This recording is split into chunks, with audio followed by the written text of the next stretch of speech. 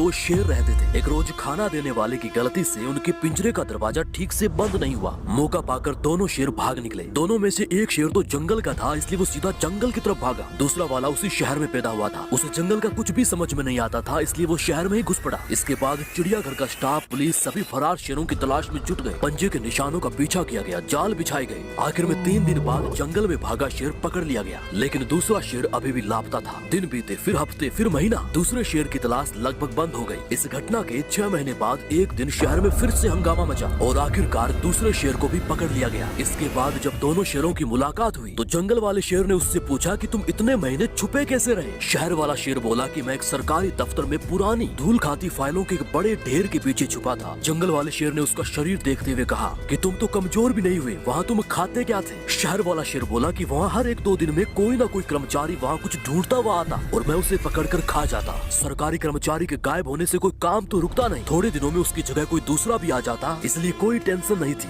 अब थोड़ा सोचकर जंगल वाला शेर बोला कि वहाँ से तुम कहीं निकले भी नहीं, खाने की भी चिंता नहीं, तो ये बताओ कि आखिर तुम पकड़े कैसे गए। तब उसने बताया कि एक दिन एक चाय वाला आया और मैं उसे पहचान नहीं पाया। मैंने उसे पकड़कर खा लिया। थोड़ी देर में दफ्तर में जैसे हड़कंप मच गया, सारा काम ही ठप हो गया। क्या साहब, क्या चपरासी, सब मिलकर चाय वाले को ढूंढने लगे और इसी खोजबीन में लोगों की नजर मुझ पर पड़ गई और मैं पकड़ा गया और वापस चिड़ियाघर भेज दिया गया।